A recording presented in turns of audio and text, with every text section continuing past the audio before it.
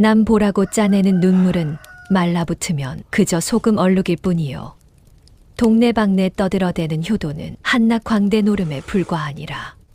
번지르르한 금박 효자비가 어찌 어미의 시린 허리를 받쳐줄 것이며 그 억센 고깃덩어리가 어찌 이 빠진 어미의 줄인 배를 달래주겠소.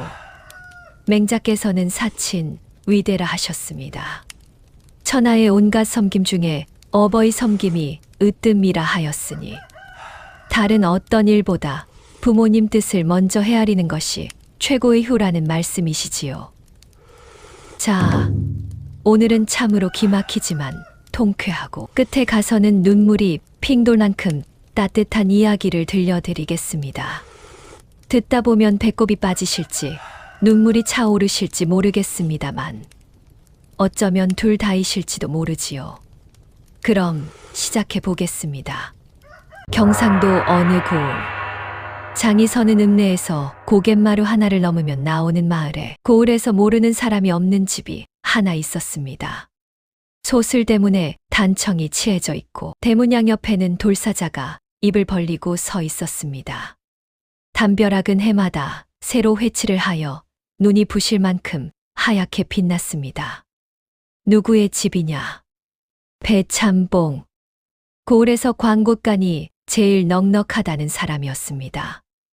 논이며 밭이며 장터 안에 점포까지 손에 쥔 것이 어마어마하게 많았습니다.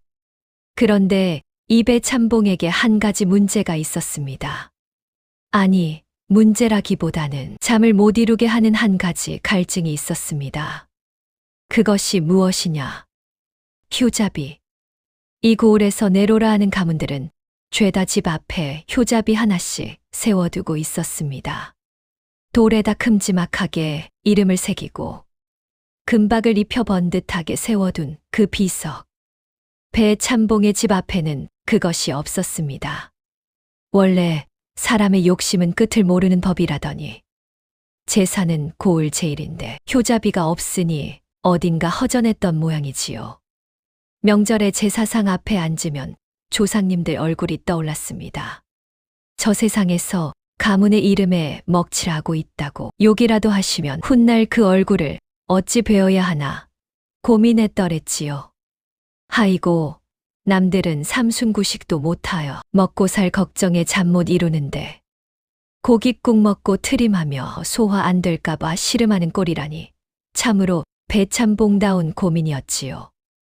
이런 배참봉의 좌우명이 무엇이었냐? 효도란 모름지기.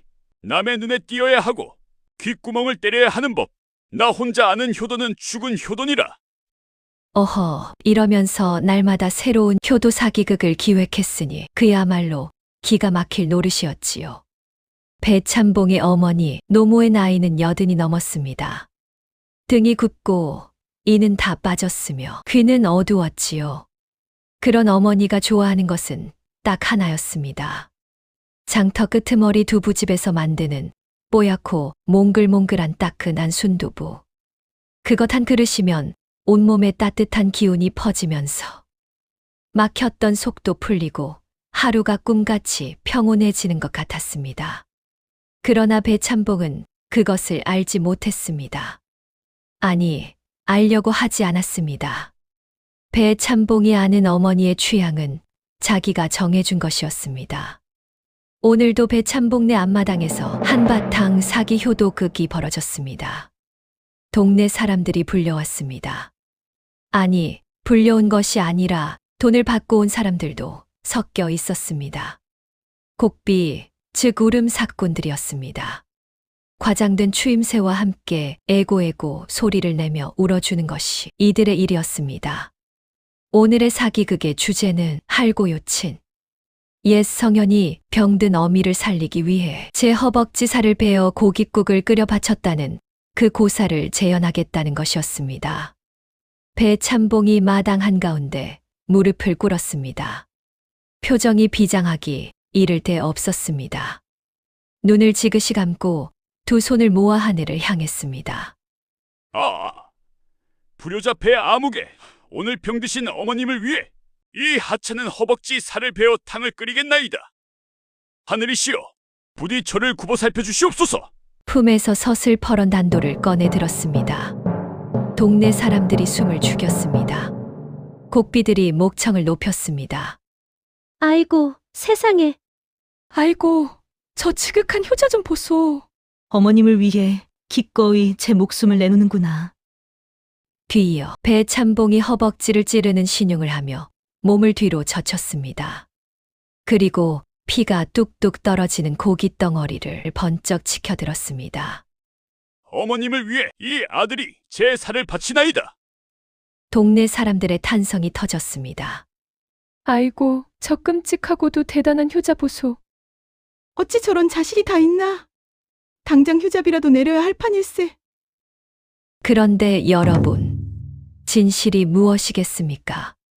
배참봉의 바지통 속에는 어제 장터에서 사온 황소 뒷다리살이 꽁꽁 묶여 숨겨져 있었습니다. 찌른 것은 제 살이 아니라 그 소고기였습니다. 그야말로 천하의 사기극이었습니다. 문제는 그 다음이었습니다. 배참봉이 그 질기디질긴 황소 뒷다리살로 끓인 탕을 여든이 넘어 이가 다 빠진 노모의 입에 억지로 들이밀었습니다. 어머님, 이 아들의 피와 살이옵니다. 어서 씹어 삼키시어 만수무강 하옵소서. 그리고 작은 목소리로 덧붙였습니다. 어머니, 동네 사람들 보고 있습니다. 크게 감격하십시오. 자, 어서요. 노모가 턱을 달싹거렸습니다. 아이고 얘야. 고기가 어찌나 질긴지 내 턱 주가리가 빠질 것 같구나. 나는 이런 억센탕 말고 저기 장터 끄트머리 덕배네 그 말캉한 순두부가 먹고 싶구나. 배참봉의 눈썹이 실룩거렸습니다. 어허! 어머님, 아들의 살을 어찌 두부에 비하십니까? 어서 우물거리시라니까요. 이 빠진 노모에게 질긴 고기를 억지로 씹으라 하면서 남들에게 감격하는 모습을 보여달라고 요구하는 아들. 참으로 속빈 강정이요. 빛 좋은 개살구이지 않겠습니까? 가짜 효도의 민낯이 이러했습니다. 자, 이제 고개를 돌려 장터 끄트머리로 가봅시다. 새벽 달기 울기도 전인 꼭두새벽 허름한 초가지 부엌에서 드르륵 드르륵 소리가 울려 퍼졌습니다. 맷돌 소리였습니다. 어지간한 장정 2명이 달라붙어야 겨우 돌릴 수 있는 크고 무거운 맷돌이 어둠 속에서 부지런히 돌아가고 있었습니다.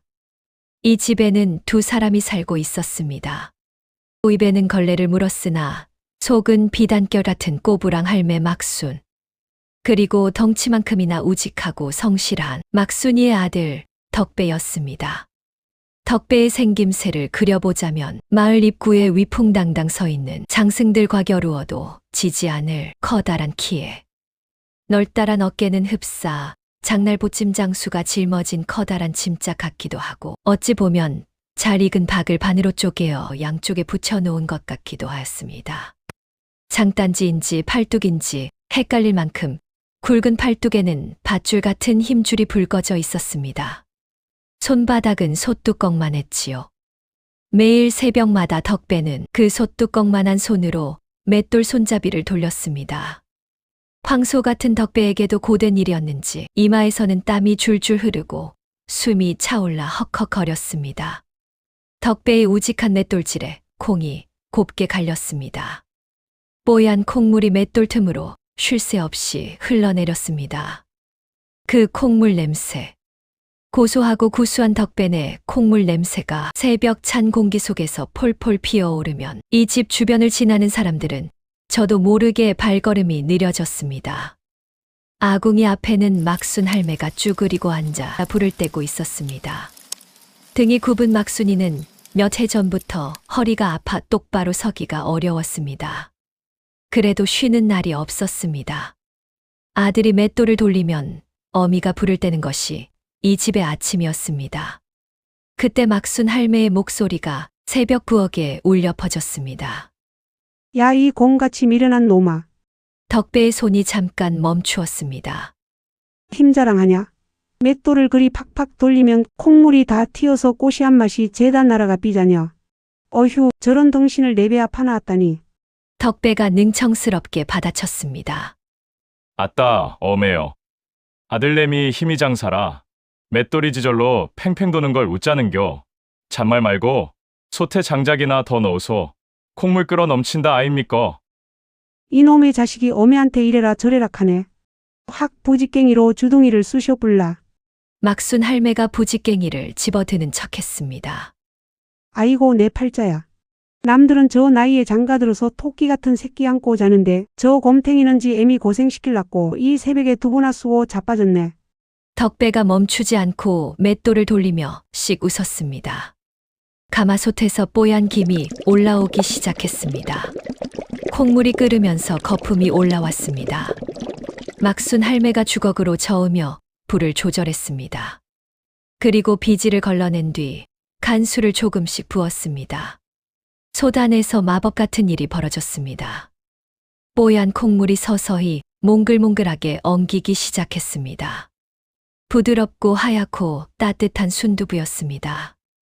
막순 할매가 순두부를 큼직한 뚝배기에 듬뿍 퍼담았습니다. 냉큼 파를 송송송 썰었습니다. 짭조름한 양념장을 한 숟가락 탁 얹고는 고소한 참기름을 몇 방울 떨어뜨렸습니다. 그리고 덕배 앞에 툭 내려놓았습니다. 뭐라? 딱 2글자였습니다. 덕배가 어미를 올려다보았습니다. 어메 먼저 드시지에. 시끄럽다. 오늘 두부는 내가 간수를 잘못 쳐가 맛이 베릿다. 팔지도 못할 거 버리기 아까우니 니나 싹 다 긁어무라. 덕배가 빙그레 웃었습니다. 오늘 두부가 어느 날보다 탐스럽게 잘 만들어진 것을 알았습니다. 어미의 거짓말도 이미 오래전부터 알고 있었습니다. 덕배가 사발을 받아들고 한술 크게 떴습니다. 크아, 참말로 오늘 두부는 맛이 베린네. 맛이 베리는데 우째 내 입에는 이승 음식이 아니라 옥황상제 밥상맨 키워 꿀맛인겨. 어메, 한 입 드셔보실랍니까? 에라이 실없는 놈아. 막순 할매가 픽 웃었습니다. 그리고는 수건을 집어들더니 덕배 이마에 맺힌 굵은 땀방울을 벅벅 닦아주었습니다. 덕배네 부엌에서는 그렇게 콩물보다 더 진하고 순두부보다 더 따뜻한 것이 날마다 펄펄 끓어오르고 있었던 것이었지요.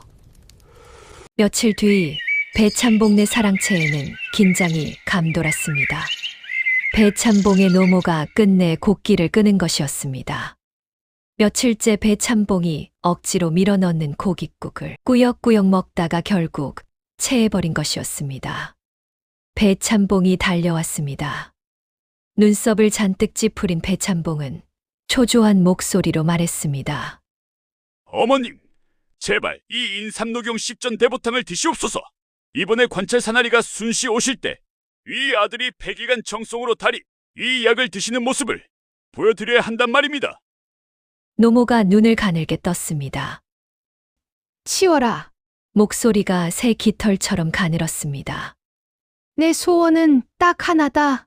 장터 덕배네 집에서 갓 지어낸 따뜻한 순두부 한 그릇. 그거 한 술이면 체증이 싹 내려갈 것 같구나. 배참봉의 눈썹이 살짝 떨렸습니다. 자신의 거창한 효도 연극에 장터 천민의 두부가 끼어드는 것이 불쾌했습니다. 순두부라니, 저 냄새나는 두부집이라니. 그러나 노모가 굶어서 쓰러지면 효잡이고 뭐고 다 끝장이었습니다. 배참봉이 하인을 불러 명을 내렸습니다. 저 장터 끄트머리 두부집에 가서 두부를 가져오너라. 하인이 고개를 끄덕이려는 순간 배참봉이 덧붙였습니다. 그 천한 놈의 두부 따위에 돈을 내줄 수는 없다. 내 권세로 윽박질러 뺏어 오너라. 장터 끄트머리 두부집. 덕배가 맷돌을 닦고 있었습니다. 아침 장사를 마치고 솥을 씻고 맷돌을 정리하고 내일 쓸 콩을 불려두는 시간이었습니다.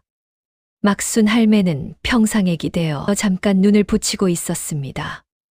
등이 굽어 앉아도 누운 것처럼 보이는 자세였습니다. 그때 발소리가 들렸습니다. 배참봉의 하인이었습니다. 어깨를 잔뜩 세우고 눈을 치켜뜨고 마당으로 성큼 들어섰습니다. 이놈 덕배야! 골 어르신이신 배참봉 나리께서 내 놈의 미로한 두부를 적선받겠다 하신다. 썩 한 판 내오너라. 덕배가 맷돌 닦던 손을 멈추고 천천히 고개를 들어 하인을 바라보았습니다. 그리고 코웃음을 쳤습니다.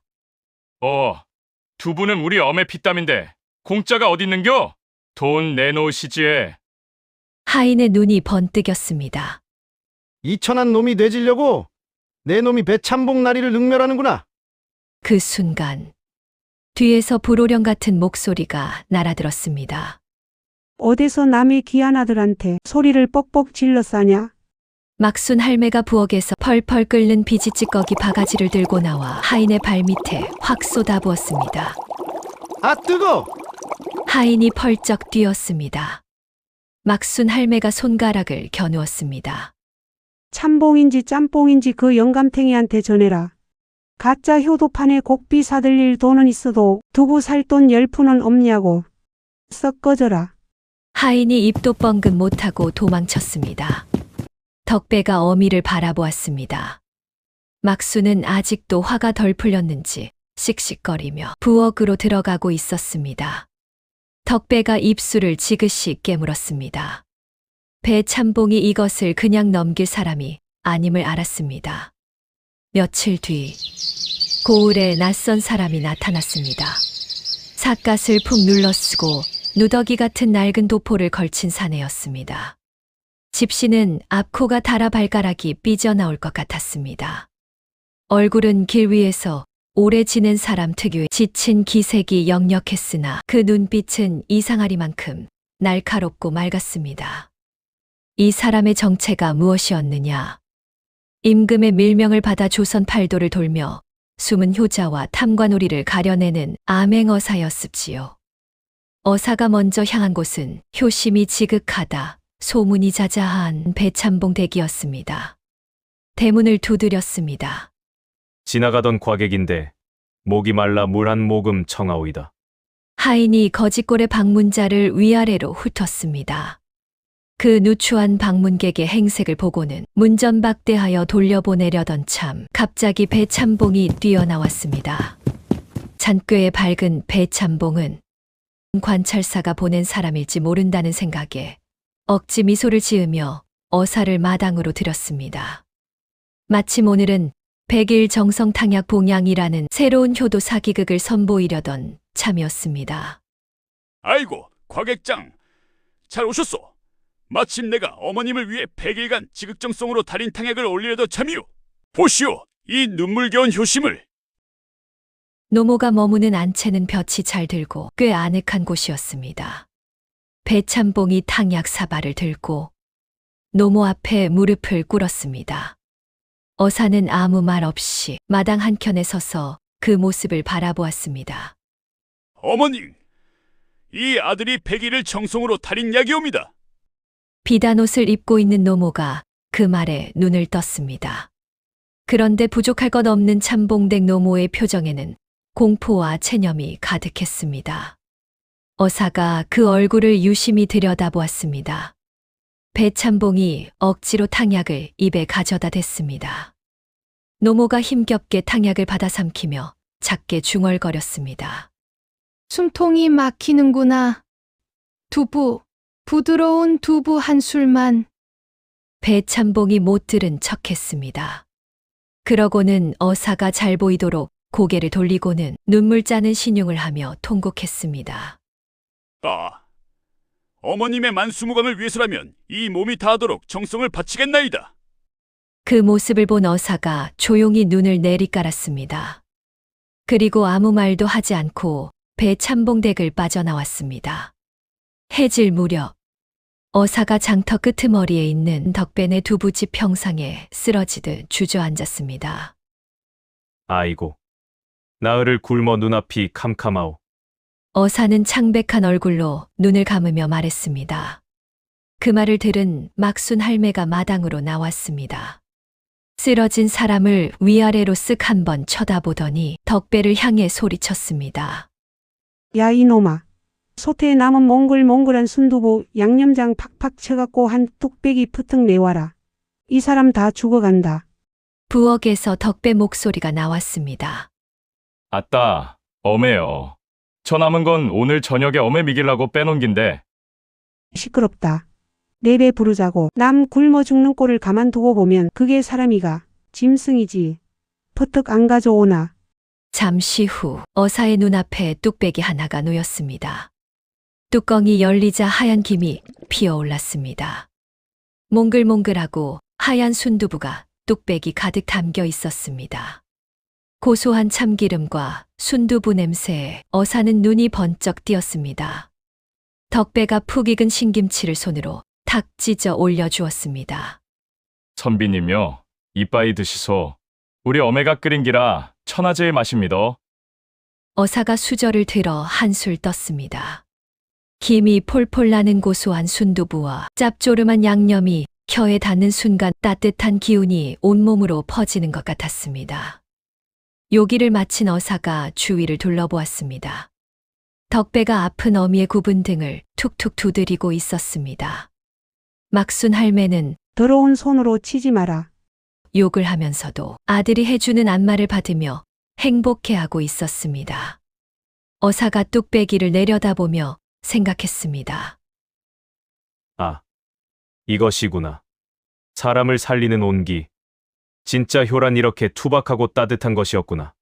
다음 날 아침, 관아 마당이 발칵 뒤집혔습니다.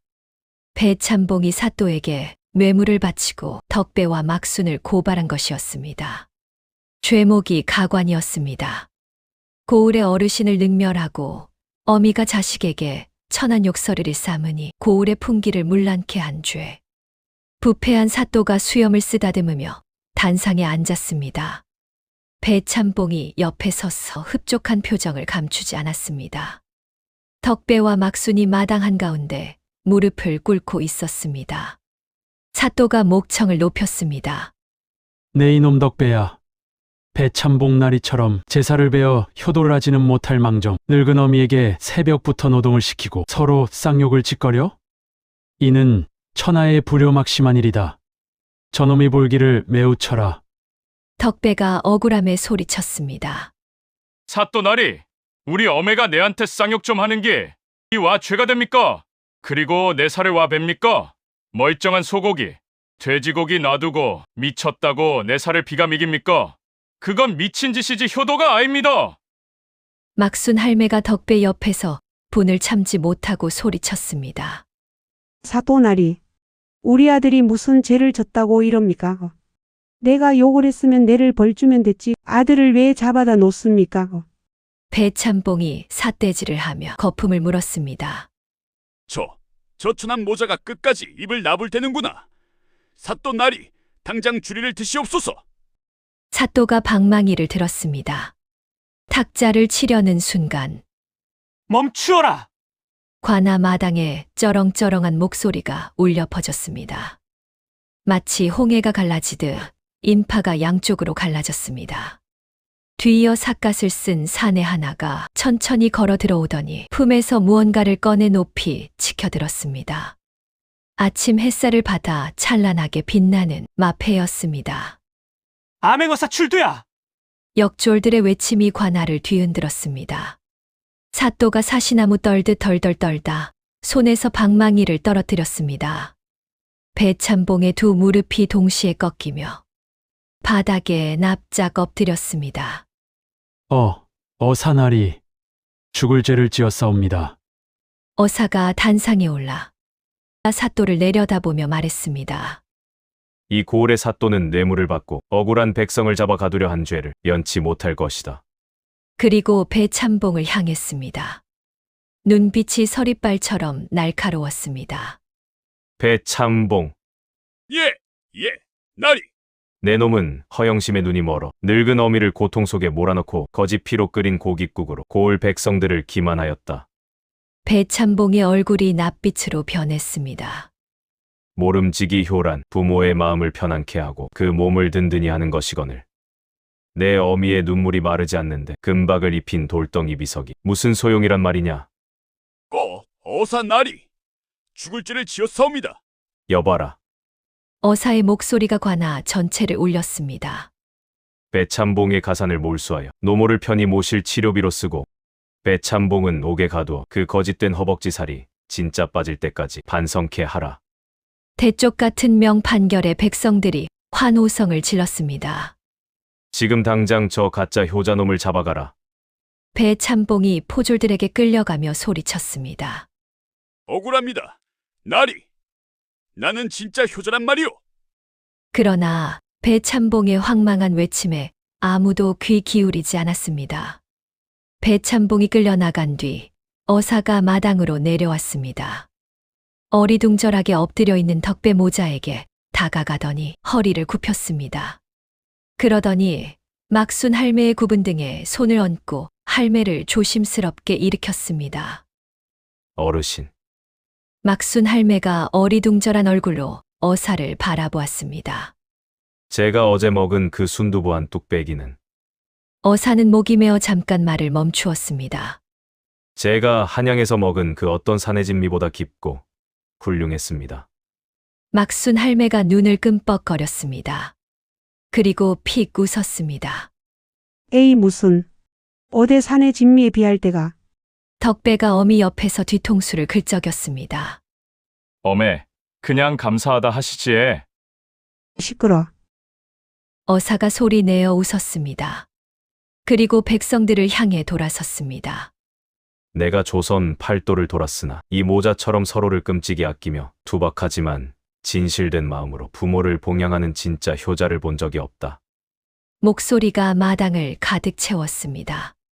진짜 효자비는 거짓 눈물이 아니라 매일 아침 돌아가는 정직한 맷돌 소리 속에 있는 것이다. 어명이다. 저 훌륭한 효자 덕배의 집 앞에 나라에서 내리는 가장 크고 번듯한 효자비를 하사하여 고을의 귀감으로 삼으라. 며칠 뒤 덕배네 두부집 앞마당에 어마어마한 일이 벌어졌습니다. 장정 6이 달라붙어 끙끙대며 무언가를 들고 왔습니다. 높이가 사람 어깨쯤 되는 거대한 비석.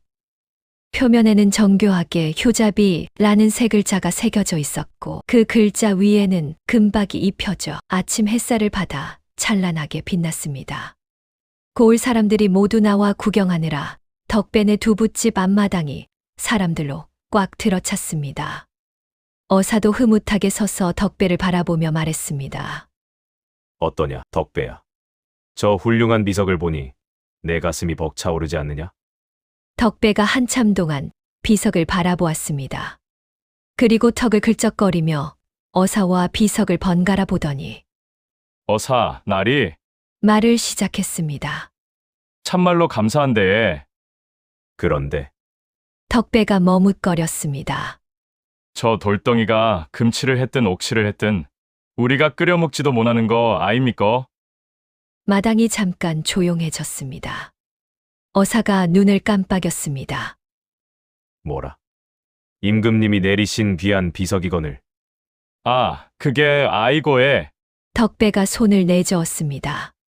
제가 가만히 보이까네. 비석을 손가락으로 가리켰습니다. 저 비석이 두껍고 평평한 기가 참말로 기가 막힙니다. 어사가 고개를 갸웃거렸습니다. 저 금박 돌덩이를 마당에 딱 눕혀갖고 덕배가 팔을 좌우로 펼치며 눕히는 신용을 했습니다.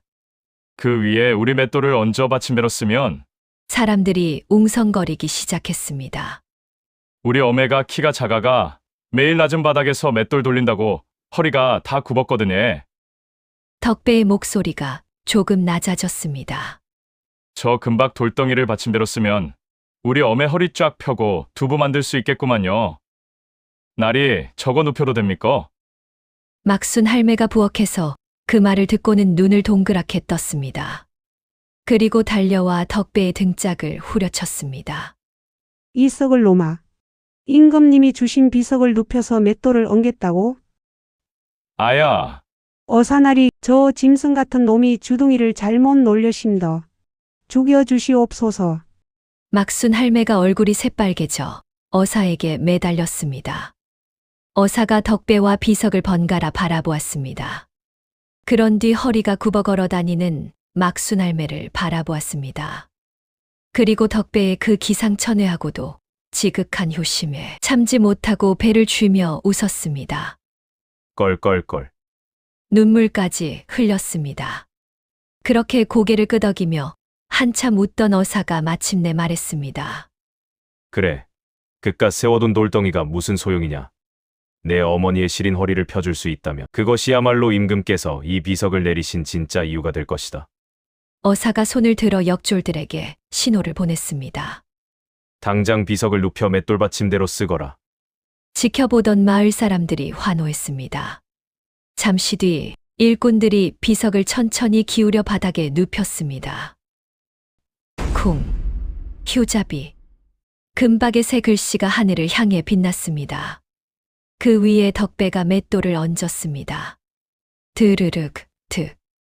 맷돌이 돌아갔습니다. 막순 할매가 맷돌 앞에 섰습니다. 이제 더 이상 허리를 굽히지 않아도 되었습니다. 아이고, 돌이 반듯해서 맷돌이 잘 도네. 막순 할매는 신나게 맷돌을 돌리며 껄껄 웃었습니다. 마당에 모인 사람들이 모두 따라 웃었습니다. 그 뒤로 어찌 되었겠습니까? 배참봉은 관아옥에서 진짜 반성을 하게 되었습니다. 가산을 전부 몰수당하고 허영심으로 가득 찼던 사랑채가 텅 비었습니다. 평생 남에게 보여주기 위해 눈물을 짜내던 사람이 이제는 아무도 봐주지 않는 감옥 안에서 진짜 눈물을 흘렸습니다. 그 눈물이 가짜 피눈물보다 훨씬 진했지만 봐줄 사람이라곤 아무도 없었습니다. 인과응보. 남에게 보이기 위한 효도를 한 사람이 아무도 보지 않는 곳에서 이번 기회를 빌어 진정한 참회를 하게 된 것이었지요. 한편 노모는 배참봉의 가산으로 마련한 편안한 방에서 지내게 되었습니다. 며칠이 지나자 가장 먼저 원한 것이 무엇이었겠습니까? 덕배네 순두부였습니다. 덕배가 직접 이른 아침에 끓인 순두부를 뚝배기에 담아 노모 앞에 가져다 드렸습니다. 양념장 팍팍 얹고 신김치까지 잘게 찢어 곁들였습니다. 노모가 한술 뜨더니 눈을 감았습니다. 그리고 말했습니다. 이것이다. 이것이 내가 먹고 싶었던 것이다.